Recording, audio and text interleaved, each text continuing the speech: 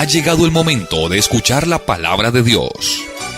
Un potente mensaje extraído de las Sagradas Escrituras. En la voz del pastor Carlos Hoyos.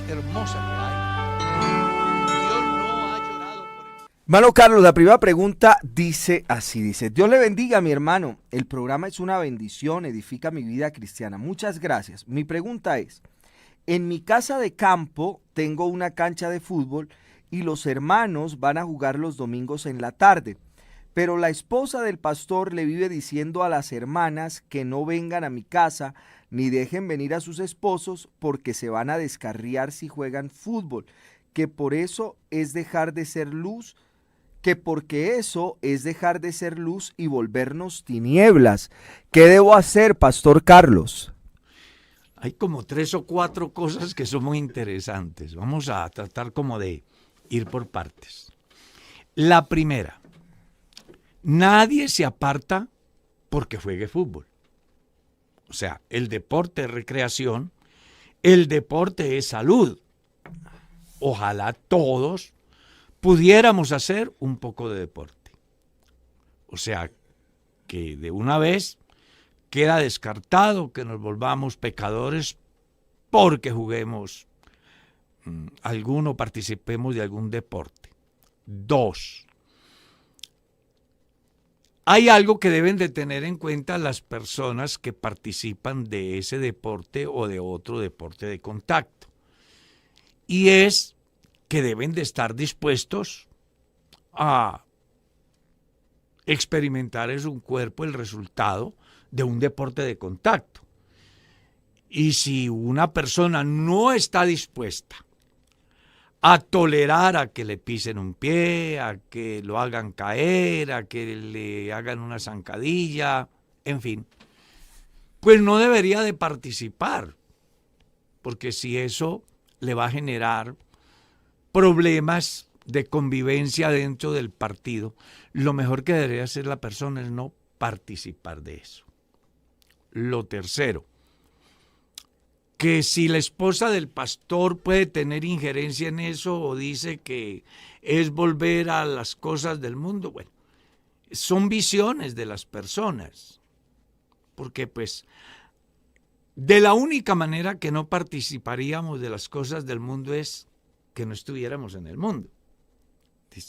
Yo siempre me he preguntado, cuando las personas manejan esos extremos, que son tan espirituales y piensan que participar de determinadas actividades los hace pecadores, yo siempre me he preguntado, ¿viajan en avión? Eso es del mundo, ¿no? ¿Utilizan la olla express? Eso es del mundo. ¿Tienen un vehículo en el que se movilizan? Eso es del mundo. ¿Ven televisión? Eso es del mundo. O sea, aquí las personas lo que tenemos es que madurar como cristianos. Sea el creyente, sea el pastor, sea la esposa, sea el que sea. Debemos de separar las cosas y no manejar extremos. Todo extremo es malo. Con respecto a lo último, ¿qué me aconseja? Pues yo le aconsejaría que no se involucre en lo que los demás opinan. Recuerde, lo que la gente opina con respecto a X, Y o Z son las opiniones de los demás. Viva su vida cristiana y deje que la gente diga o deje de decir. Al final, son las opiniones de los demás. Lo que a usted debe de importarle es tener una buena relación con Dios, una buena paz interior, que repercuta no solamente en paz para con los demás, en paz para con usted misma, y sobre todo, la paz que debe de encontrar usted en Dios. Amén. Hermano Carlos, quiero hacerle una pregunta. Se ha referido en muchas ocasiones el concepto de ver y entrar en el reino de Dios. ¿Podría explicarme, por favor, qué es exactamente ver el reino de Dios y entrar en el reino de Dios? Eso aparece en San Juan 3.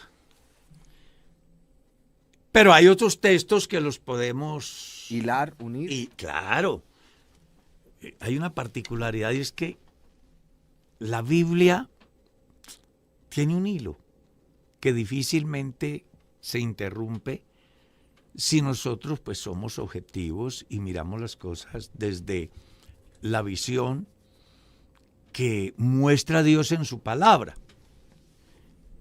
Por ejemplo, ¿Aarón entró a la tierra prometida? La respuesta es no. ¿Moisés entró a la tierra prometida? La respuesta es no. Pero la Biblia dice que Dios le mostró a Moisés la tierra prometida. La vio, pero no entró. ¿Por qué no entró?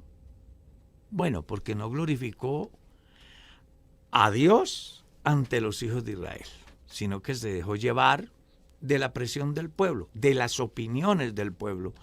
Y eso hizo que se distrajese y en vez de hablar a la roca, la hirió.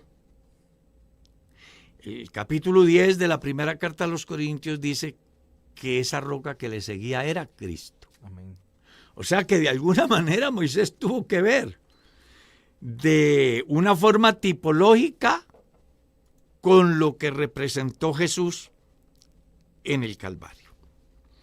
Cuando Jesús le dice a Nicodemo, porque vale la pena que lo leamos bien, dice que vino a Jesús una noche un principal de los judíos llamado Nicodemo y le dijo, sabemos que has venido de Dios como maestro, porque nadie puede hacer estas señales y milagros que tú haces si no está Dios con él. ¿Usted qué cree que pensaba Nicodemo que Jesús le iba a responder? Nicodemo además que estaba pensando, venga, yo creo que me va a decir que yo estoy en lo cierto.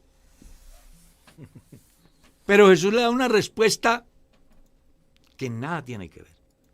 De cierto te digo que si no nacieres de nuevo, no puedes ver el reino de Dios.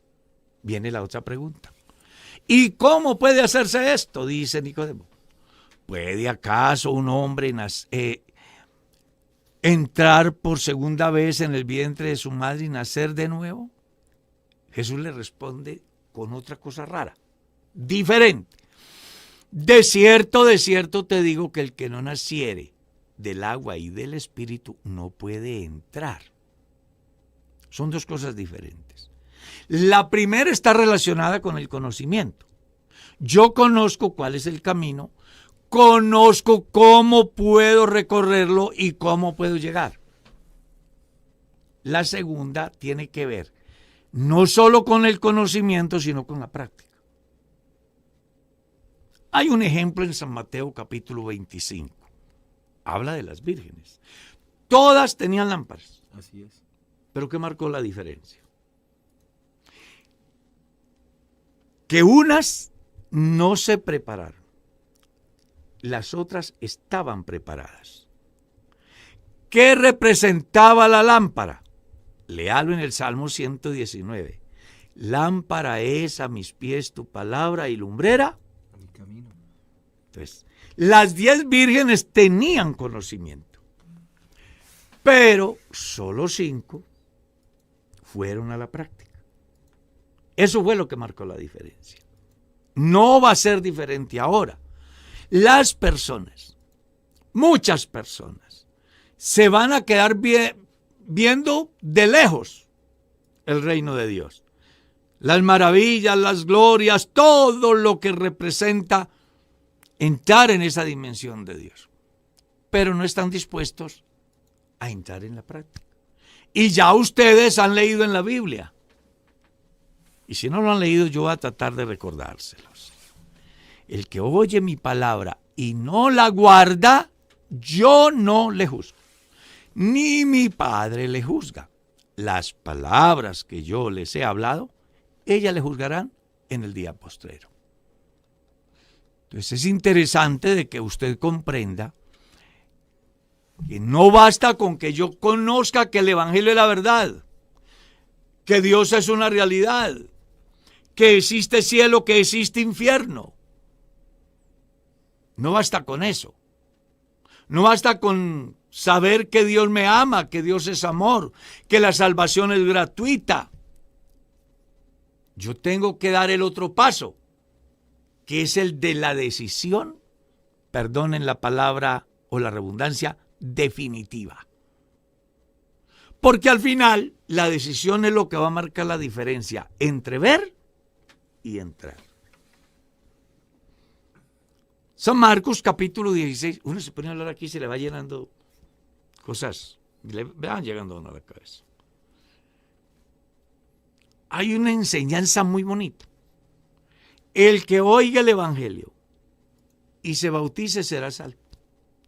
El que lo oiga y no crea será condenado. Ambos oyen, pero hay de por medio una decisión.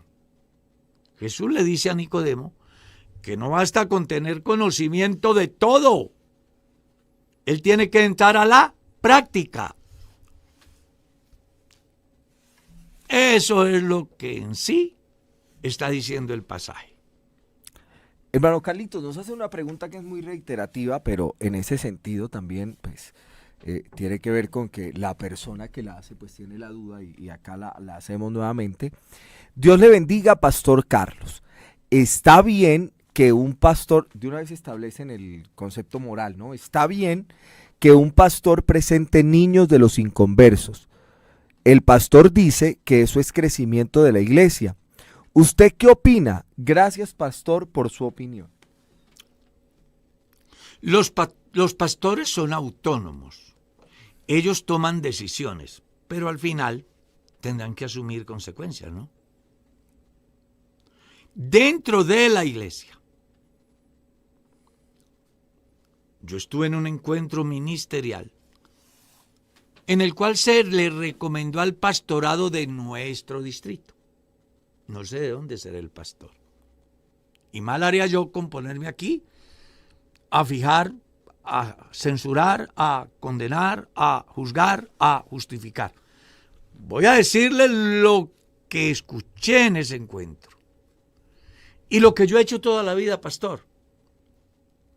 Yo estoy presentando niños desde hace más de 45 años. Siempre he pensado que los niños que se deben de presentar son aquellos que vienen de padres cristianos. Porque al final, a ellos es a los que hay que exigirles para que instruyan al niño en su camino, para que lo orienten, etc. Entonces, un pastor puede decir que presenta un niño de padres inconversos y él puede mirarlo desde esa óptica y además es respetable. Pero es bueno que el pastor entienda y la iglesia local entienda que hacerlo tiene implicaciones, puede que no de inmediato, pero sí a mediano y largo plazo. Me explico. La iglesia tiene un acuerdo con el Estado, donde el Estado respeta las decisiones internas de la iglesia cuando están relacionadas con los miembros de la iglesia. El día que la iglesia se salga de ese parámetro, es sujeta a cuestionamientos, a censuras y a sanciones inclusive. Entonces voy a colocar un ejemplo. Hoy me traen un niño de una pareja no convertida y yo la presento. Mañana viene una pareja homogénea. Un par de machos que dicen que se aman, se casaron y adoptaron un niño. Y ellos dicen, voy a ir donde el pastor Carlos para que me presente el niño a Dios. Él llega y como ya yo he presentado niños de inconversos, yo no tengo autoridad para decir no se los presento. Porque si yo no se los presento, entonces ellos dirán que estoy ¿qué? Vulnerando un derecho. Vulnerando un derecho, que los estoy ¿qué? Discriminando. Y entonces la iglesia local entra en problemas y en consecuencia la iglesia a nivel nacional. Por eso en ese encuentro ministerial la recomendación fue evitemos hacerlo. Como también el mismo reglamento interno dice que no podemos casar parejas no convertidas.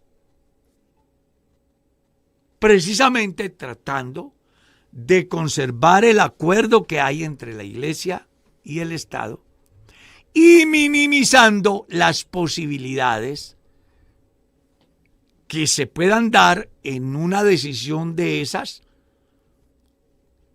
que al final pueden terminar generando una controversia muy grande, una polémica muy grande que puede afectar la imagen no solo de la Iglesia, sino de el buen nombre del Evangelio.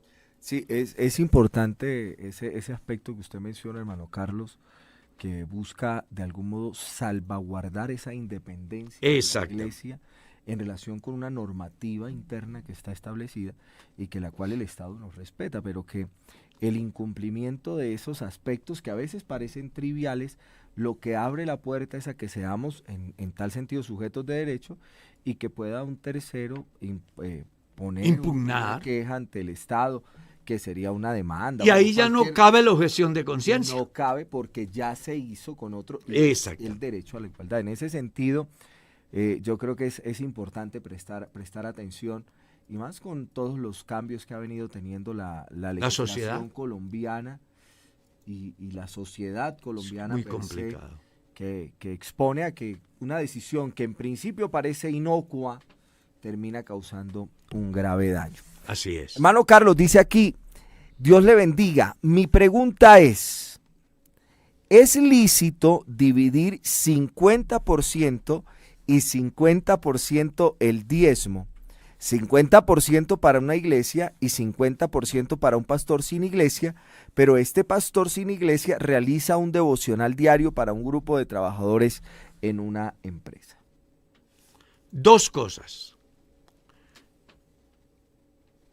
Ningún pastor que esté de manera independiente haciendo devocionales será un pastor.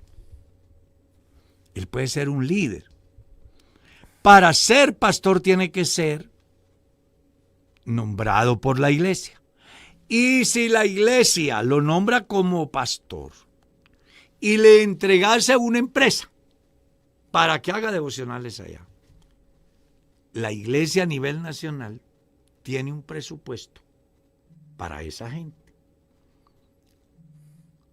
Eso es igual a los pastores carcelarios, que no tienen, entre comillas, una iglesia, pero sí tienen 10,000, 20,000 presos en una cárcel, y como allá se supone que no se mueve de recursos, entonces lo que hace la iglesia a nivel de organización, a través de la fundación, tienen un presupuesto con el cual sostienen a ese pastor. 2. Ningún creyente está llamado a disponer de lo que es de Dios. Hay un caso que los cristianos debemos de entender, y es que yo no puedo decidir sobre el diezmo, porque el diezmo no es mío. El diezmo es de Dios. Yo lo debo de llevar al alfolí. Debo de librarme de todo prejuicio de las personas que les hace falta, de los pastores que tienen menores ingresos. Debo librarme de todo eso. Yo solo debo cumplir con lo que Dios manda. ¿Y qué dice Dios? Traiga los diezmos al alfolí. Cuando usted tome el diezmo y le da una dirección diferente a lo que la Biblia dice, eso es malo. ¿Por qué? Bueno, porque es que uno puede disponer de lo que es de uno, pero el diezmo no es de uno, el diezmo es de Dios. Jesús dijo, dad a Dios lo que es de Dios y a César lo que es de César. ¿Puedo yo compartir la bendición que Dios me da con alguien? Sí, pero no el diezmo, porque el diezmo no es suyo. El diezmo es de Dios y debe de ir al lugar a donde se lleva. No, que es que hay un hermano que predica y es muy necesitado. Bueno, si ese hombre le está sirviendo a Dios, Dios tendrá la manera de sostenerlo. ¿Por qué no tener a Elías en un centro donde hubiese un abastecimiento de abarrotes y de otros? Bueno, Dios le permitió vivir en el arroyo y allá le enviaba los cuerpos. Amén. Todos debemos de entender que si servimos a Dios, Dios cuidará de nosotros. Amén. Muy buenos días, Pastor Carlos. Espero que se encuentre muy bien usted y su equipo de trabajo. Quiero que me responda esta pregunta, ya que Dios le usa de una manera extraordinaria. Tengo un pensamiento y no me deja estar tranquila. Yo tuve una hija siendo soltera. ¿Será que ella puede ser salva si se entrega al Señor? ¡Claro! Los hijos no llevarán los pecados de los padres. Léalo en Ezequiel capítulo 18, verso 4 en adelante hasta el verso 20. Ni los padres llevarán los pecados de los hijos. Lean la segunda ley. No morirán los hijos por los padres, ni los padres morirán por los hijos. Cada uno es responsable ante Dios a partir del momento que se hace responsable ante la ley, ante el Estado, cuando ya tiene capacidad decisoria y asume sus propios compromisos. En la cultura hebrea, a partir de los 12 años, Jesús subió al templo a los 12 años, que era el punto de partida de ingresar a ese campo donde las personas asumían ya sus propias responsabilidades.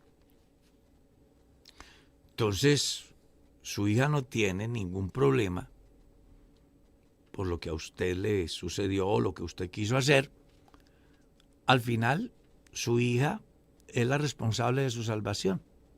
Si ella se rinde a Jesús, lo recibe como su Salvador, debe saber que está escrito: el que a mí viene, yo no le echo fuera. Y tengo otras ovejas que no son de este redil, las cuales también me conviene que venga.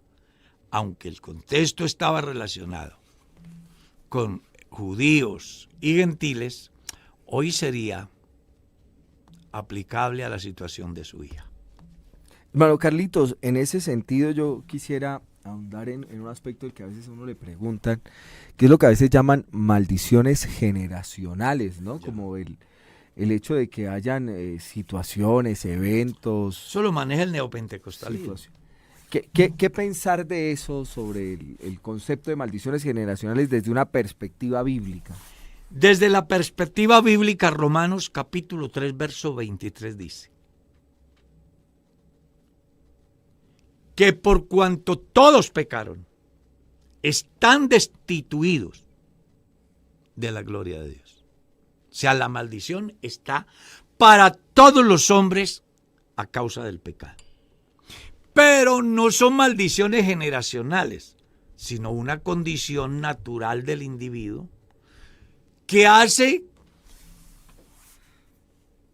que peque porque su naturaleza es pecadora. Pero que en el momento que el hombre recibe a Jesús, la maldición llamada pecado desaparece. Y aparece una nueva etapa en la vida del hombre, que es la justificación por la fe. Como dice la carta a los Romanos, capítulo 5, el verso 1. Justificados pues por la fe, tenemos paz para con Dios por medio de nuestro Señor Jesucristo. Entonces, las maldiciones generacionales es una figura que utiliza el neopentecostalismo, la teología de la prosperidad, los manipuladores de masas, para ser esclavos y sacar provecho. Todo pecador tiene una maldición encima, que es el pecado. Pero no es por culpa de papá. No, porque al final los hijos nos llevan el pecado de los padres. Es una maldición que viene desde el primer hombre. El pecado entró por un hombre y por el pecado la muerte, y así la muerte pasó a todos los hombres. ¿Por qué? Por cuanto todos pecaron. Entonces, el problema aquí es que la única manera de saldar la maldición del pecado desde el principio, hay dos formas. Una con la muerte y otra cuando el hombre alcanza a entender la obra de Jesús a favor de su salvación. La primera, cuando hablo de dos, me refiero a que está establecido que todos los hombres mueran una sola vez. Después el juicio. Y después el juicio. Y la segunda, cuando yo recibo a Jesús, mis pecados de conciencia son resueltos por la obra de Jesús, no el pecado imputado de Adán, porque el pecado que nos fue imputado de Adán solo se paga con la muerte. Los pecados de conciencia, Cristo pagó por nosotros en la cruz del Calvario. Amén. Hermano Carlito, vamos a hacer un cambio drástico de tema y aquí nos hacen una pregunta que es como dos preguntas. Hermano Carlos, Dios le bendiga. ¿Hay señales para el arrebatamiento de la iglesia? Y si las hay, ¿cuáles son? Lea San Mateo capítulo 24, donde usted va a encontrar unas señales que son muy importantes, ¿ya? Leámoslo para que tengamos en cuenta estos pasajes, aclarando que con relación a esta temática hay dos corrientes de pensamiento que vale la pena que usted las analice. En el capítulo 24, Jesús habla de varias cosas. Señales que están y que se han de cumplir 70 años después, la destrucción del templo. Y otras señales que van hasta el momento que se dé el arrebatamiento de la iglesia. Y otras señales que se dan después del arrebatamiento de la iglesia.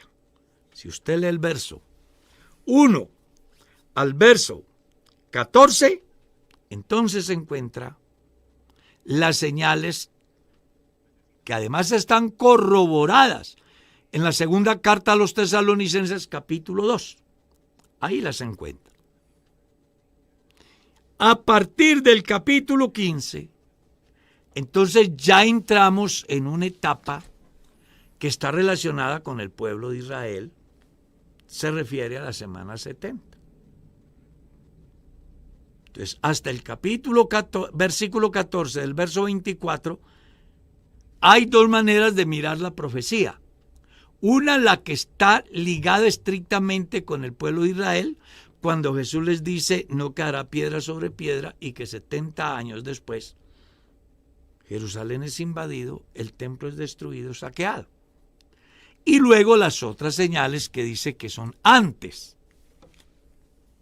Y es muy importante que tengan en cuenta lo que le dice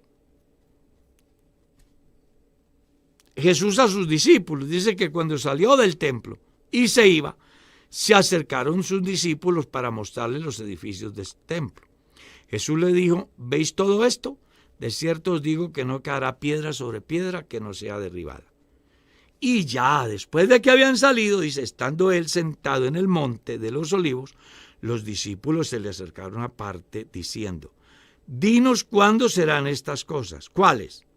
La destrucción del templo. ¿Y qué señal habrá de tu venida? 2.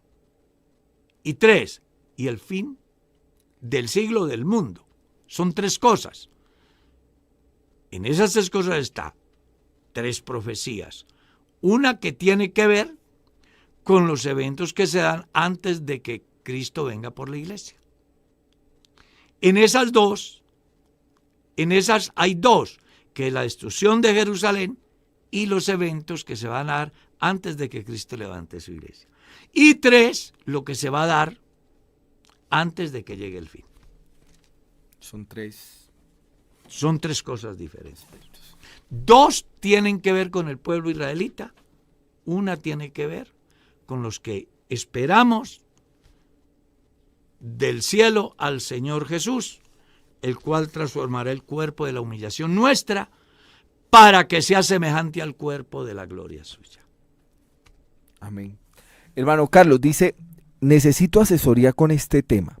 Mi primo y mi prima son maridos hace 8 años. Ellos se acaban de arrepentir. Él fue bautizado, pero duró muchos años descarriado. Quieren volver al Señor, arreglar las cosas. Obviamente se ama y quieren casarse para poder ella bautizarse. ¿Qué consejo, según la Biblia, les podemos dar? O sea, ellos son, pues que no se sabe, porque yo puedo tener primos y primas, pero desde diferentes vertientes, ¿no? Que serían dos. Entonces habría que dar 2 respuestas, ¿no? Sí. Si no son entre sí primos o si entre sí son primos. Vamos a suponer que son primos hermanos. En la Biblia, yo no he leído un versículo que diga, primos hermanos se pueden casar, primos hermanos no se pueden casar. Yo no he leído en la Biblia eso. Pero sí he leído en la Biblia que dice, no te acercarás a pariente cercano. Que sería como el texto que más Se podría acercar a la prohibición de una relación de primos hermanos. Pero textualmente la Biblia no dice. Cuando usted lee Levíticos 18, encuentra todas las prohibiciones de acercamiento en el campo sexual entre la familia. Pero no aparece la palabra primos hermanos. Esa es una. 2. Si no son primos hermanos,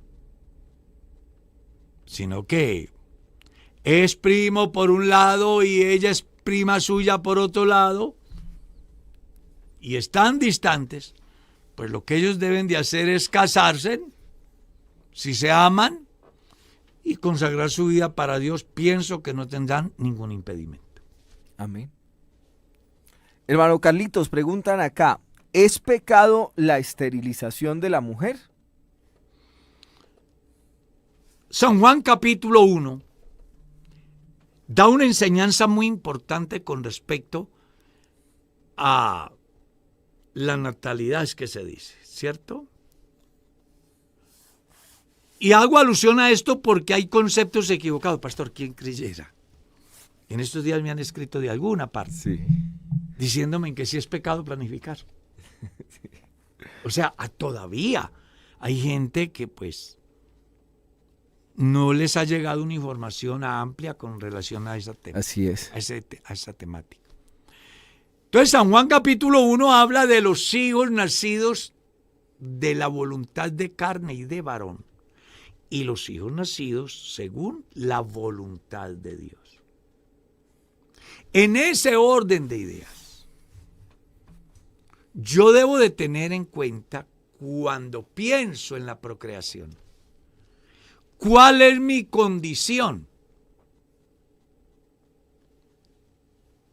En muchos campos para sacar adelante unos hijos. Entonces aquí viene a mi mente lo que Jesús enseñó. Dice, vea, si usted va a ir a una guerra y se da cuenta que su enemigo es más fuerte que usted no busca una embajada y trata de hacer la paz. O si va a construir una torre, no se sienta, hace un presupuesto, hace una planeación y mira si puede o no, no sea que comenzando la obra no la termine y resulte ser objeto de burla, de crítica, de murmuración.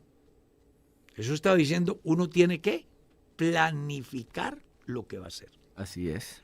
En el campo de la familia no va a ser diferente. Uno debe de pensar cuántos hijos debe tener, o puede tener. Y cuando hablo de poder no me refiero a engendrar, me refiero a educarlos, a encauzarlos, a instruirlos, a brindarles todo lo que ellos requieren como personitas. Yo tengo en mi mente un caso muy interesante de una pareja que se dedicaron a tener hijos, todos los que Dios le diera, y el primero fue un niño. Y se fueron por la niña y vino otro niño. Y llegaron a 8. Y todos eran niños. Y entonces arrancaron con el 9. Y también era niño. Lo más preocupante de todo es que dicen, tener los hijos que Dios me dé. Pero tú crees que esa cantidad de hijos que luego se convirtieron en ladrones, drogaditos, atracadores, marihuaneros, viciosos, delincuentes, ¿tú crees que esa era la voluntad de Dios? No. Es la irresponsabilidad de la pareja que, sabiendo que pueden tener, se exceden. Y lo único que contribuyen es con una desgracia en la sociedad. Entonces yo, como padre de familia, debo entender que hay una diferencia entre los hijos que nacen porque yo quiero y los hijos que nacen por voluntad de Dios. Léalo en San Juan 1. Dice, a lo suyo vino y los suyos no le recibieron. Mas a los que le recibieron les dio potestad de ser hechos hijos de Dios, los cuales no son engendrados por voluntad de carne, ni de sangre, ni de varón. ¿Eso qué le dice a usted? Que hay unos hijos que yo puedo engendrarlos, pero hay otros que yo no los puedo engendrar. ¿Cuáles son los que yo puedo engendrar? Los de voluntad de carne, de sangre, de varón. ¿Cuáles no pueden engendrar? Los hijos espirituales, porque esos nacen de Dios. Amén. Esa es la diferencia que hay. Entonces usted es el que tiene que tomar la decisión. Si va a engendrar hijos según su voluntad, o en los hijos que usted tiene le va a permitir que Dios nazca en la vida de ellos. ¿Y cómo se da? Cuando yo sé controlar el nacimiento de mis hijos, el cómo alimentarlos, educarlos, instruirlos, enseñarlos, a fin de que mañana no sean un problema para la sociedad, sino una bendición. Amén. Hermano Carlos, ¿por qué si una persona se ha bautizado de niño en el nombre del Padre, del Hijo y del Espíritu Santo, si se supone que es en Jesús, ¿por qué debe bautizarse nuevamente? El libro de los Hechos, capítulo 19, da una enseñanza. Y vale la pena pues que la revivamos. Aconteció que entre tanto que Apolos estaba en Corinto, Pablo, después de recorrer las regiones superiores, vino a Éfeso. Y hallando a ciertos discípulos, les preguntó diciendo, ¿recibisteis el Espíritu Santo cuando creísteis? Ellos dijeron, ni siquiera hemos oído sea Espíritu Santo.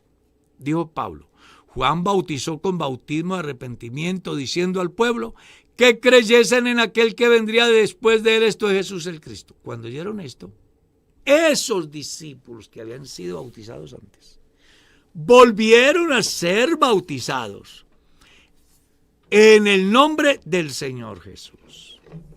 Trato de contextualizarlos. El pasaje lo que está diciendo es que si una persona no está bautizada, como dice la Escritura, Amén. aunque lo hayan mojado 1000 veces, no está bautizado. Entonces, en la Biblia no existe un solo creyente bautizado en la fórmula Padre, Hijo y Espíritu Santo. No existe. Búsquelo. No lo va a encontrar. ¿Qué quiere decir eso entonces? Que esas personas que supuestamente fueron bautizadas de esa manera no están bautizadas por dos razones. La primera, porque el bautismo es para el perdón de los pecados de conciencia. Y si era un niño, no tenía pecados de conciencia. Así es. La segunda, porque el bautismo es en el nombre de Jesucristo para el perdón de los pecados. ¿Ya?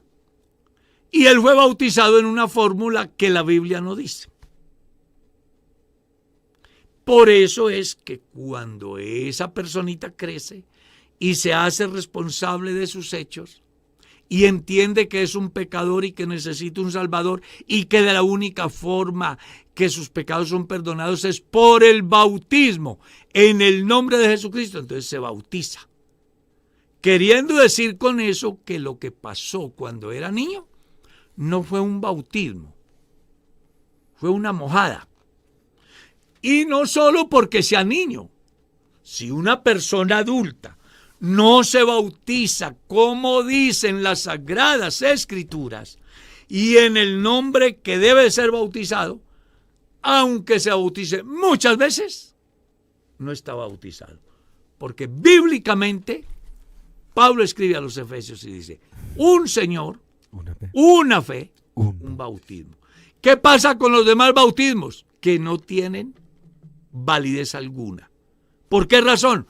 Porque no se hace como dicen las Sagradas Escrituras. Amén. Mano Carlos, Dios le bendiga. Nos ponen todo un contexto que yo le voy a leer para llegar a la pregunta. Dice, me siento cansada. Desde que me casé, mi esposo me ha ofendido, me humilla con su familia y solo le importa a su mamá. Todos los días va a su casa, los fines de semana la trae. Yo le entiendo con amor, Dios lo sabe, pero a ella no le gusta cómo cocino.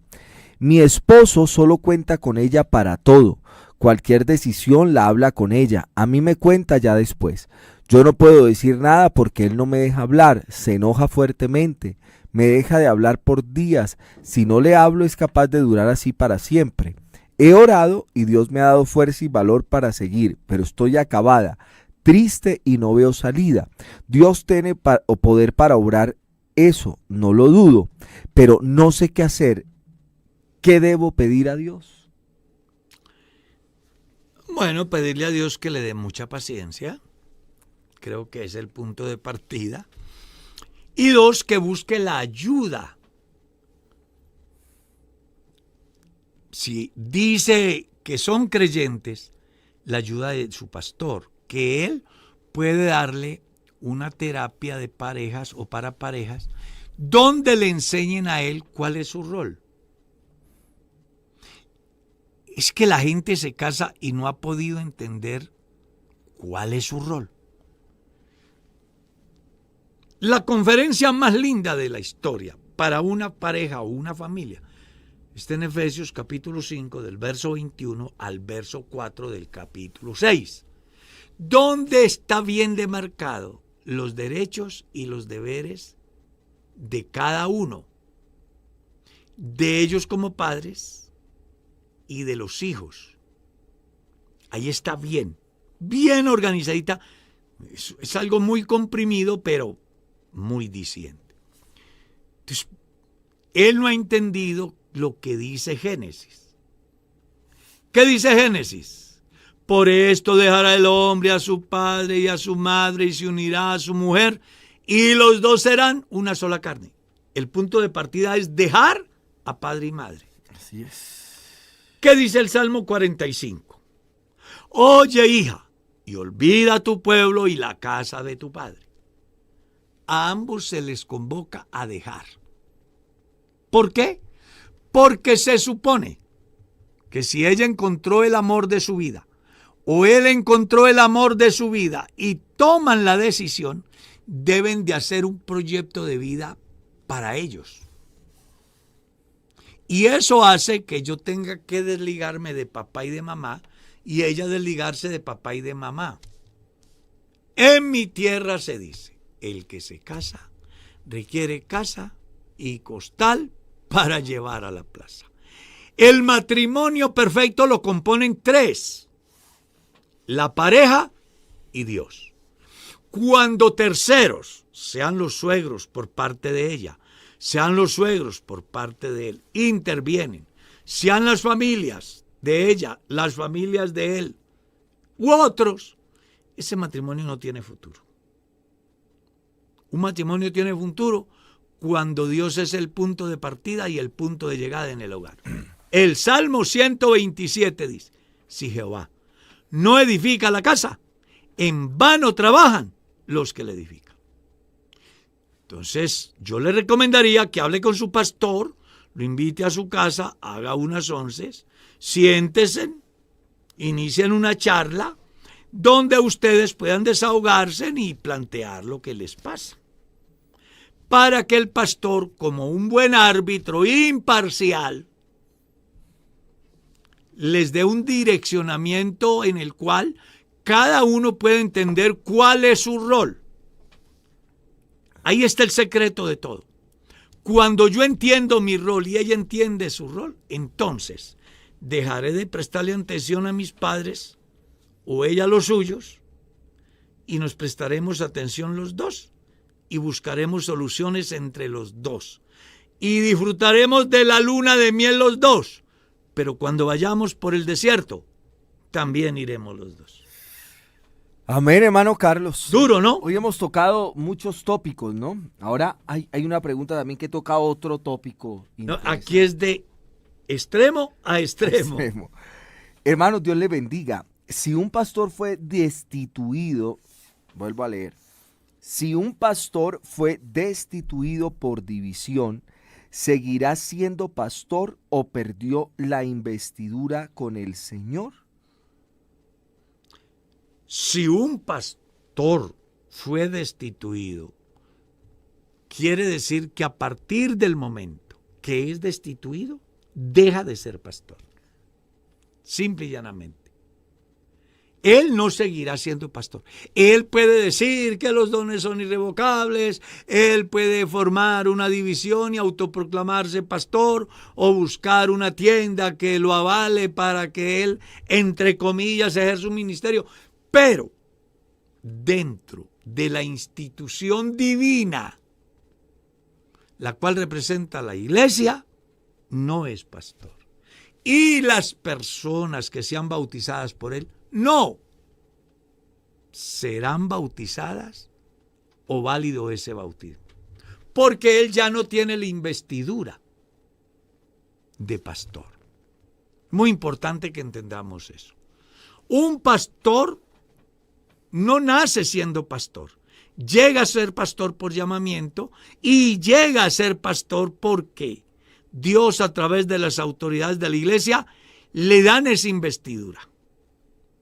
El día que la iglesia dice no puede ser pastor por cualquier causa, ese día él dejará de ser pastor. No será pastor. Amén. Podrá ser un creyente en la iglesia después de un lapso que el pastor local y las autoridades superiores en mutuo acuerdo definan dependiendo del móvil que se dio. Podrá ser restituido en el campo del servicio a Dios en la iglesia, en muchos campos, pero no podrá ejercer el ministerio como pastor. Mano Carlitos, por favor necesito su consejo. ¿Qué puedo hacer con mi papá, que es bautizado en el nombre de Jesucristo y ahora escucha muchas cosas trinitarias, pero además es muy grosero, no se detiene? ¿Cómo lo podría yo ayudar? No entendí muy bien la pregunta. Bueno, voy a volverla a hacer. Dios le bendiga, pastor. Necesito un consejo. ¿Qué puedo hacer con mi papá, que es bautizado en el nombre de Jesucristo, pero ahora escucha cosas trinitarias y es muy grosero, no se detiene? ¿Cómo lo puedo ayudar? Bueno, hay casos muy interesantes ahí. La primera, el hecho de que una persona la hayan bañado, no quiere decir que está bautizado. No ha dado fruto. No está crucificado. Mire lo que dice, es muy grosero. O sea que en él está la naturaleza de Adán ahí vivita. No está crucificado. ¿Qué puede hacer? Orar por él, tener paciencia y esperar que Dios, a través de su buen ejemplo, genere conciencia en él y un día él tome la decisión de verdad de agradar a Dios. No lo puedes obligar a ser cristiano. Tampoco lo puedes desconocer como papá. Siempre será tu papá. Trátalo como tu padre. Respétalo, ámalo, hónralo. No comparta sus malas acciones. Busca ser el faro para que él pueda encontrar la luz y al final pueda llegar al puerto seguro que es Cristo. Amén. Ese es el consejo que yo pudiera dar. Amén, hermano Carlos. Nos ponen acá Apocalipsis 5, desde el versículo 7 al 13. Dice, y vino y tomó el libro de la mano derecha del que estaba sentado en el trono. Y cuando hubo tomado el libro, los 4 seres vivientes y los 24 ancianos se postraron delante del Cordero. Todos tenían arpas y copas de oro llenas de incienso, que son las oraciones de los santos. Y cantaban un nuevo cántico diciendo, digno eres de tomar el libro y de abrir sus sellos, porque tú fuiste inmolado y con tu sangre nos has redimido para Dios de todo linaje y lengua y pueblo y nación, y nos has hecho para Dios, para nuestro Dios, reyes, sacerdotes, y reinaremos sobre la tierra. Y la pregunta que nos hacen acá, hermano Carlos, es, ¿me podrían explicar Apocalipsis 5 del versículo 7 al 13? Yo leí hasta el 9, ya si quiere leemos más. La duda es porque estos versículos aparentemente pueden confundir en cuanto a la unicidad. Yo lo voy a leer todo, ¿sí? Léelo, si quieres, léelo todo. Pero yo ya tengo la idea. Bueno, entonces voy a leerlo otra vez de corrido todo, hermano Carlos. Dice, y vino y tomó el libro de la mano derecha del que estaba sentado en el trono. Y cuando hubo tomado el libro, los 4 seres vivientes y los 24 ancianos se postraron delante del Cordero. Todos tenían arpas y copas de oro llenas de incienso, que son las oraciones de los santos, y cantaban un nuevo cántico diciendo, digno eres de tomar el libro y de abrir sus sellos, porque tú fuiste inmolado y con tu sangre nos has redimido para Dios de todo linaje y lengua y pueblo y nación, y nos has hecho para nuestro Dios reyes y sacerdotes y reinaremos sobre la tierra. Y miré y oí la voz de muchos ángeles alrededor del trono y de los seres vivientes y de los ancianos, y su número era millones de millones, que decían a gran voz, el Cordero que fue inmolado es digno de tomar el poder, las riquezas, la sabiduría, la fortaleza, la honra, la gloria y la alabanza. Y todo lo creado que está en el cielo y sobre la tierra y debajo de la tierra y en el mar, y a todas las cosas que en ellos hay, oí decir, al que está sentado en el trono y al Cordero, sea la alabanza, la honra, la gloria y el poder por los siglos de los siglos. No es que a la gente le genere, sino que él es el que tiene la duda. Porque él dice, da como que se presente dificultad para entender la deidad, ¿no?, de Cristo. O sea, él está, no es la gente, es él o ella quien tiene la inquietud. Bueno, mientras usted leía, yo pensaba. Y aquí lo hemos dicho muchas veces. Y hoy no va a ser la excepción. Cuando usted lea un pasaje de la Biblia, léalo en el contexto en que se está dando el texto. ¿Ya? Juan está en el cielo. Y hay un evento muy importante. Es la adoración celestial. ¿A quién? Al Cordero. Si lees bien, antes del 7, Juan está triste porque no hay nadie que pueda abrir el libro, ni siquiera mirarlo. Viene la revelación.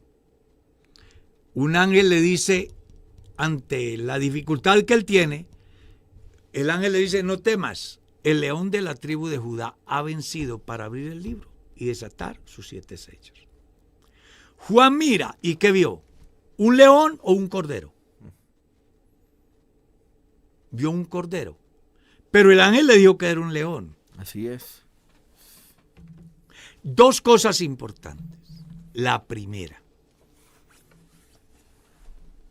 el ángel está diciendo a Juan que el único que tiene poder para abrir el libro, ¿cuál libro? A partir del capítulo 6. El libro que Juan ve en el momento que nadie puede abrir es a partir del capítulo 6, la revelación de ahí para adelante. el único que puede abrir ese libro, desatar sus sellos, es la autoridad suprema. Los reyes hacen documentos, los sellan y nadie puede abrirlo sino la persona que está en autoridad para hacerlo. Y en ese caso, el rey es Jesús y por eso el ángel le dice a Juan, el león, tipo de realeza. Pero Juan mira y no ve un león, ve un cordero. ¿Por qué? Porque solo a través de la obra del sacrificio de Jesús en la cruz es que los misterios a partir del capítulo 6 pueden ser aclarados. ¿Está claro? Entonces, voy a tratar como de hacer simple las cosas. Dependiendo del escenario y de la participación de quienes estén, es la visión que se va a tener de Jesús. ¿Cómo lo ve el ángel? Como un león. ¿Cómo lo ve Juan? Un cordero. Como un cordero. Pero vayámonos más antes. ¿Cómo lo miraban los adversarios de Jesús? Como un celote, ¿no? Un subversivo. ¿Cómo lo miraban el sistema de su tiempo? Como una amenaza. ¿Cómo lo miraba Lázaro y su familia? Como un amigo. ¿Cómo lo miraban cuando él estaba con la familia, el hijo de José y María? Y eso no es igual a que fueran varias personas. Era una persona en diferentes escenarios con una visión diferente de cada público. Entonces, cuando tú leas la Biblia no vas a tener dificultad de entender a Jesús en su deidad, siempre y cuando lo mires en el contexto que se está dando el texto. ¿Cuál es el contexto? Están en el cielo. ¿Qué es lo que está pasando? La adoración celestial. ¿Qué es lo que se avecina? Una revelación profunda que nadie la ha tenido. ¿Cómo se ve en un libro? ¿Quién puede abrirlo? Un rey. Juan mira al presunto rey y no ve un rey, ve un cordero en pie, la obra de Jesús en pie para salvar a todo el pueblo de Israel que ha de creer después de que comience a darse aquellas obras extraordinarias que aparecen a partir del capítulo 6. Entonces aquí el problema no es que me genere confusión con respecto a la deidad, porque yo bíblicamente sé que en Jesús habita corporalmente toda La plenitud. que Jesús es Dios con nosotros, que Jesús es Dios manifestado en carne, que Jesús es el verdadero Dios y la vida eterna. Entonces depende del contexto. Si lo miras como sacerdote no será Dios. Si lo miras como abogado no será Dios. Si lo miras como el hijo del hombre no será Dios. Si lo miras como el hijo de José María será el muchacho hijo de la familia de la ebanistería. Si lo mira como lo ven los adversarios será un subversivo. Dependiendo del contexto en que se da a conocer Jesús y que la gente que lo rodea lo ve, así será la interpretación que da. Pero eso no puede generarle a un creyente confusión, porque por lógica sabe que Jesús es Emmanuel, Dios con nosotros. Que Jesús es Dios sobre todas las cosas, según Romanos 9:5. Que Jesús es el Padre, según Isaías 9:6. Y según San Juan 14:7, 8 y en adelante. Entonces aquí el caso es, dependiendo del contexto en que está Jesús, en esa forma es que yo debo de entender su actuar. he encontrado algunos cuestionando esto que decimos acá. Pero esa es la verdad. Yo como pastor, en ese contexto, no soy padre. Pero cuando estoy con mis hijos, en el contexto de familia, yo soy el padre. Pero cuando estoy con mi esposa, en el contexto de esposo, soy el esposo. Pero cuando voy conduciendo mi vehículo, en ese contexto soy el conductor. Pero cuando voy a comprar un vehículo, yo soy el comprador, sin dejar de ser la misma persona con un solo nombre. Eso es Jesús. Dios en múltiples oficios. Y se la voy a sellar simple. No discuta acerca de la deidad de Jesús. Primera de Timoteo, capítulo 3, verso 16. Lamento decirle que el tiempo se fue. Como todos los días, No, el pero es que tiempo uno aquí se se ha apasiona. pasado.